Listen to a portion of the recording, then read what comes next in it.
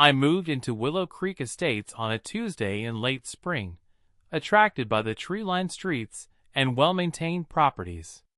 The neighborhood had that picture-perfect suburban charm, with manicured lawns and matching mailboxes lining each block. What I didn't know was that our HOA President, Karen treated those mailboxes like sacred monuments, and any deviation from her vision was treated as a personal attack. My first interaction with Karen came 3 days after I moved in. She appeared at my door at 7:30 in the morning, clipboard in hand, wearing a polo shirt with the HOA logo embroidered on it. "Good morning. I'm Karen HOA President. I need to inform you that your mailbox is 0.3 inches too far from the curb according to Section 7-4 of our covenant." I blinked at her, coffee mug halfway to my lips. 0.3 inches? Standards exist for a reason, she said, tapping her clipboard. "I'll need you to adjust it by the end of the week, or you'll receive a $50 fine." I looked past her at my mailbox. It was identical to every other mailbox on the street, a black metal post with a traditional-style box on top. But I was new, and I wanted to be a good neighbor, so I agreed to measure and adjust if necessary.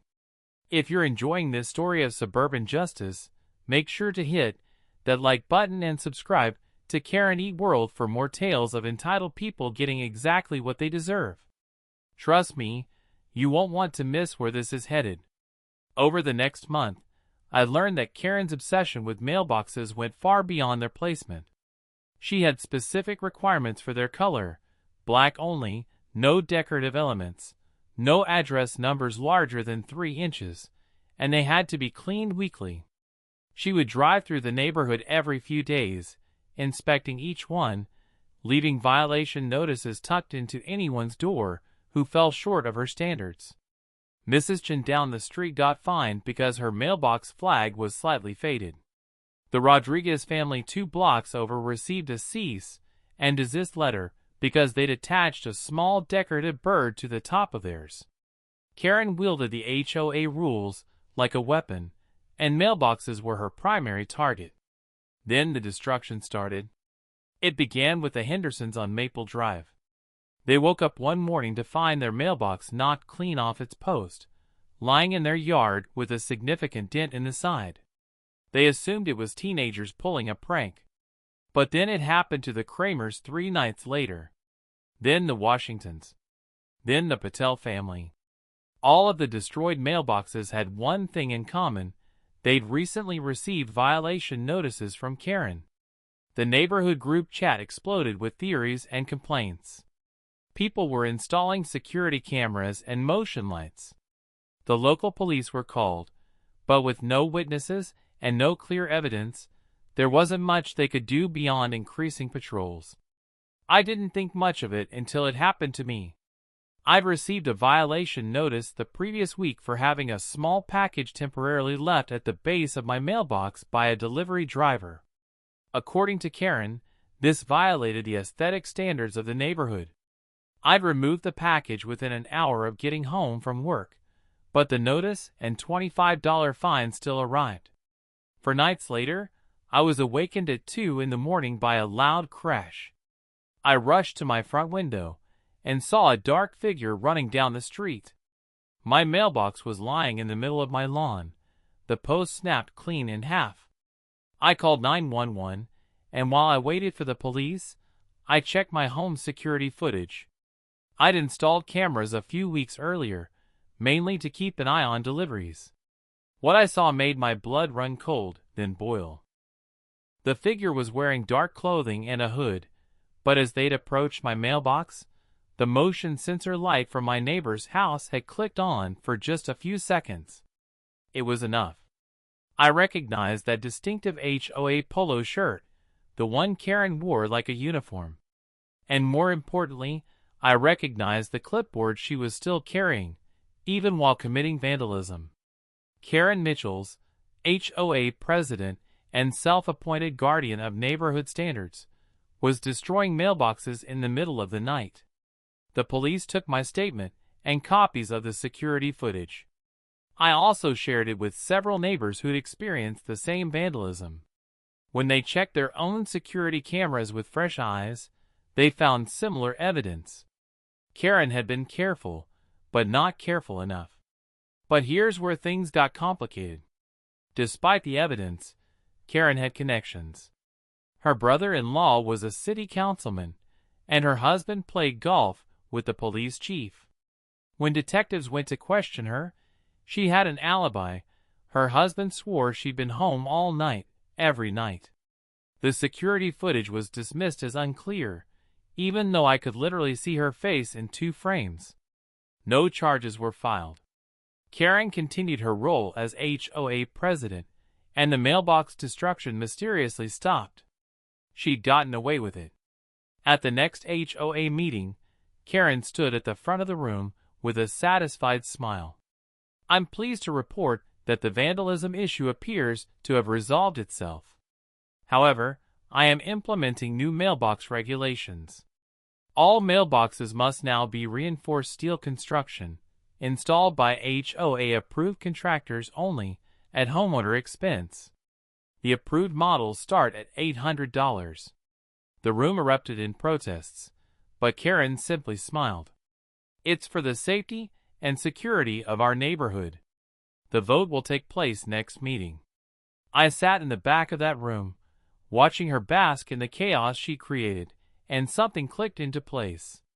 See, what Karen didn't know about me was that before I'd semi-retired to Willow Creek Estates, I'd spent 20 years as a commercial real estate attorney specializing in property law and municipal regulations.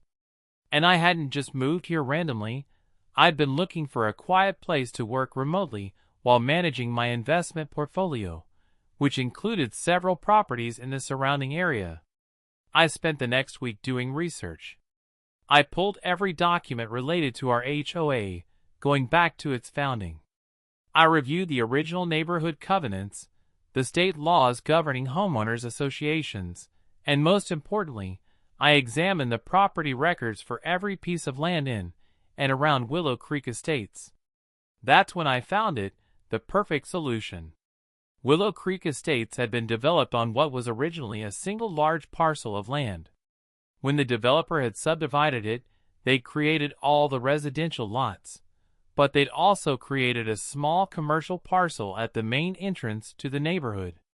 This parcel, about half an acre, had been designated for a potential neighborhood amenity, maybe a clubhouse or pool. But it had never been developed, and eventually, it had been sold off to pay the developer's debts. The current owner was a small investment company that had held it for 15 years, paying minimal taxes and doing nothing with it. The property was zoned for commercial use, sat right at the entrance of our neighborhood, and most importantly, it was completely outside the jurisdiction of our HOA. I made some calls. As it turned out, the investment company was happy to sell. The property had been a dead asset for them, generating no income and minimal appreciation. We settled on a price, and within 2 weeks, I owned the land at the entrance to Willow Creek Estates. Karen noticed the sold sign, but didn't think much of it. At the next HOA meeting, she pushed through her mailbox regulation, forcing everyone to purchase expensive new mailboxes from her approved contractor list, which I'm sure earned her a nice kickback. I voted against it but didn't make a fuss. I even ordered one of the new mailboxes for my property. Karen smirked at me as I filled out the paperwork. "It's good to see you finally understanding how things work here," she said. I smiled back. "Oh, I understand perfectly." 2 weeks later, construction began on my new property. I'd pulled all the necessary permits, which was easy given my legal background and connections with the county planning office. The construction crew worked fast, professional team I had hired from the city. Karen drove by on the second day, slowing down to stare at the activity. She called me that evening. "What exactly are you building there?" she demanded. "A business," I said simply. "What kind of business?" "A completely legal one, fully permitted and properly zoned." "Have a good evening, Karen." I hung up before she could respond. The building went up over the next month. It was a simple steel structure, professionally designed and constructed. Karen tried to rally the HOA board to stop it, but since the property wasn't part of the HOA and all my permits were in order, there was nothing she could do. She showed up at my door 3 times, each visit more agitated than the last. This is outrageous. You can't just build whatever you want at the entrance to our neighborhood. Actually, I can. It's my property, properly zoned, all permits approved. What are you even building? I smiled. You'll see soon enough. The sign went up on a Thursday morning. Large, professional, and perfectly legal. Willow Creek Mailbox Repair and Replacement Center. And below that, specializing in vandalism repair. Insurance claims welcome. Free estimates. Open 24/7. But that wasn't even the best part. I'd done my research on Karen's approved contractor list for the mandatory mailbox replacements. Every contractor on that list had to kick back 15% to Karen personally. I'd verified this through some careful conversations and a little financial digging. It was technically legal since she disclosed it in the fine print of the HOA documents, but it was definitely unethical. My business undercut every single one of her approved contractors by 40%. And since homeowners were required to replace their mailboxes, but the HOA covenant didn't specifically mandate they use approved contractors, just that the mailboxes meet specifications, my installations were completely compliant. Within a week, I'd taken orders from 30 homeowners. Within 2 weeks, 50. Karen's contractors were furious, and her kickback income dried up completely. But I still wasn't done. I'd also installed something else on my property, a large community board, fully permitted, displaying public information. And what information did I choose to display? The complete HOA financial records, which as a homeowner, I had every legal right to access and share, including the detailed breakdown of Karen's contractor kickbacks, her excessive HOA president stipend she'd voted herself, and most interesting, a pattern of fines that seemed to disproportionately target homes owned by people who'd ever disagreed with her. I also posted the security camera footage of the mailbox vandalism incidents, with timestamps and clear images. Since no charges had been filed, I wasn't interfering with any legal proceedings. I was simply sharing factual information that homeowners had a right to know. The neighborhood erupted. Turns out, when people realized their HOA president had been destroying their property to create a problem she could profit from solving, they got upset. Recall petitions started circulating. Lawyers got involved. The local news picked up the story, with my community board featured prominently in the background of their reports. Karen tried to fight back. She called an emergency HOA meeting to demand I take down my community board. I attended with my lawyer. That board is an eyesore and violates neighborhood standards, Karen shouted. It's not in the HOA, my lawyer replied calmly. And it's fully permitted by the county. You have no authority over it. This is harassment. No, I said, standing up. Harassment is destroying people's property in the middle of the night. Harassment is creating problems so you can profit from the solutions. Harassment is abusing your position to fine and intimidate anyone who questions you. What I'm doing is called transparency. Karen's face went purple. She looked around the room for support, but found none. Every person there had either paid for an overpriced mailbox replacement or been fined for some petty violation. You can't do this, she whispered. I already did, I replied. But the real final blow came the next morning. I'd filed a civil lawsuit against Karen personally for the destruction of my mailbox, and on behalf of 12 other homeowners who joined as co-plaintiffs. With the security footage and the pattern of fines followed by vandalism, we had a solid case. More importantly, I'd also filed a formal complaint with the State Attorney General's office regarding HOA financial impropriety and potential fraud. My documentation was thorough, professionally compiled, and devastating. I was standing at my mailbox center, helping Mrs. Chen select a new mailbox to replace the one Karen had destroyed, when Karen's Mercedes pulled up to the curb. She got out slowly, and for the first time since I'd met her, she looked small. She walked up to my counter, and I could see her hand shaking. "How?" she asked quietly. "How did you do all this?" I set down my clipboard, the same style she always carried, and smiled. "You thought you were the most powerful person in this neighborhood because you controlled the HOA. But Karen, I don't need the HOA. I have something better. Resources, knowledge, and the patience to do things properly.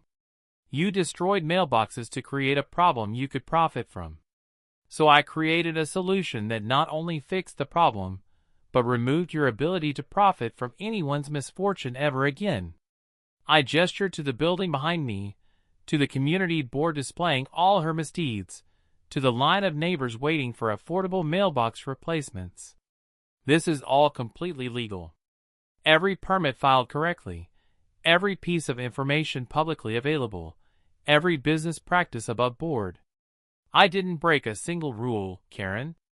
I just played the game better than you."